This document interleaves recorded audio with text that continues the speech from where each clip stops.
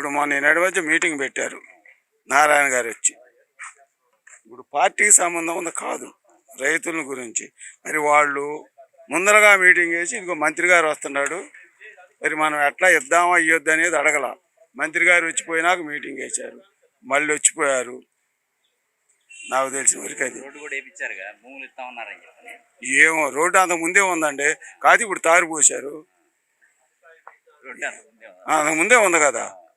మా అంటే నా తర్వాత ప్రెసిడెంట్గా చేశాడు నాయుడు కుర్రోడు వసన్నారాయణ, వాడు చేశాడు.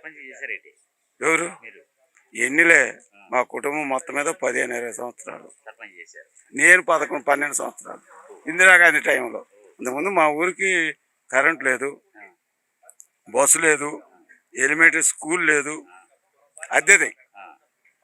నా కాడికి అంతా చదువుకున్నోళ్ళు మేధావులే. కానీ నేను వచ్చినాకనే కరెంటు, అనంతరపోళ్ళు రోడ్డు పగల కొట్టారు పోవడానికి లేదని, హైకోర్టుకి 2-3 తడవలు.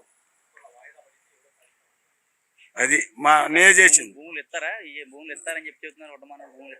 పరివాణంలో వడమానోళ్ళు ఇచ్చారని చెబుతున్నారు, ఇక్కడో పరివాళ్ళు ఇచ్చారని చెబుతున్నారు. ఎవరు ఇస్తారు ఎవరు ఏరో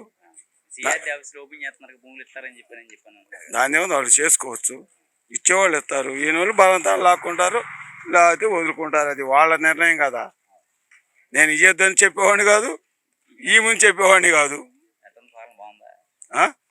బాగానే ఉంది.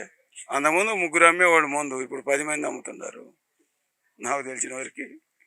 అది ఏందండి నవ్వుతారు, నాకు తెలిసింది అది.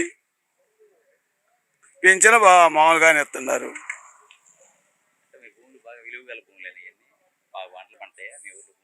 పండుతాయి,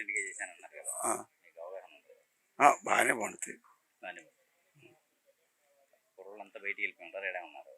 ఎక్కువ మంది వెళ్ళిపోయారు. వ్యవసాయం ఆధారమా ఇక్కడ అంతా?